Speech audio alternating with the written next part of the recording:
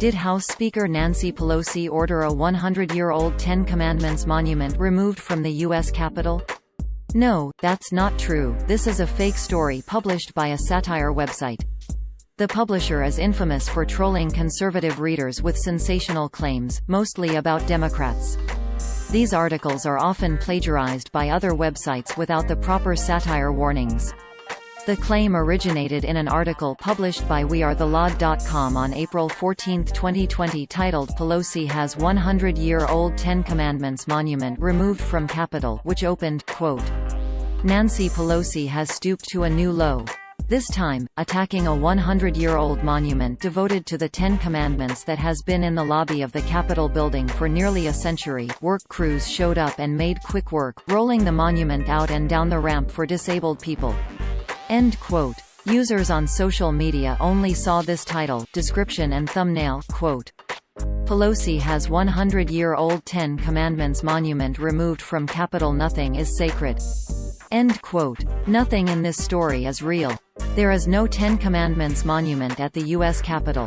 The man who received the tablets from God does appear above the entrance to the House chamber. Moses is one of 23 marble relief portraits installed above the gallery doors around 1950. There is no evidence the Speaker Pelosi has made a move on ousting Moses. The site comes with a clear satire disclaimer at the bottom of each article, quote, "Satire tilde sati, r nonth use of humor, irony, exaggeration, or ridicule to expose and criticize people's stupidity or vices, particularly in the context of contemporary politics and other topical issues. If you disagree with the definition of satire or have decided it is synonymous with comedy, you should really just move along." End quote. The owner and main writer of the site is self-professed liberal troll Christopher Blair, a man from Maine who has made it his full-time job to troll gullible conservatives and Trump supporters into liking and sharing his articles. He runs several other websites, including wearethelaw.com, bustatroll.org or Bebist website. Sometimes he is also known under his nickname, Busta Troll. A second man working on the sites is John Prager, as revealed in this earlier story we wrote. Articles from Blair's sites frequently get copied by real fake news sites who often omit the satire disclaimer and any other hints the stories are fake. Blair has tried to get these sites shut down in the past, but new ones keep cropping up.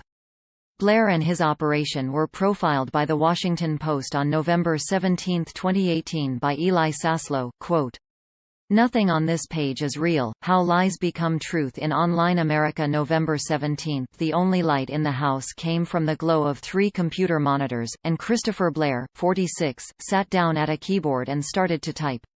His wife had left for work and his children were on their way to school, but waiting online was his other community, an unreality where nothing was exactly as it seemed.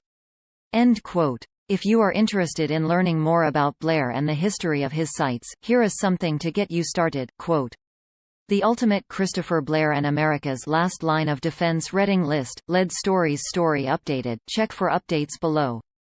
Yesterday Eli Saslow at The Washington Post wrote a fantastic article about Christopher Blair, a man from Maine who has been trolling conservatives and Trump supporters online for years and occasionally even made a living out of it. End quote. If you see one of his stories on a site that does not contain a satire disclaimer, assume it is fake news. If you do see the satire disclaimer, it is of course also fake news. NewsGuard, a company that uses trained journalists to rank the reliability of websites, describes wearethelaw.com as, quote, "one in a network of sites that publish false stories and hoaxes that are often mistaken for real news, run by hoax perpetrator Christopher Blair." End quote. According to NewsGuard, the site does not maintain basic standards of accuracy and accountability. Read their full assessment here.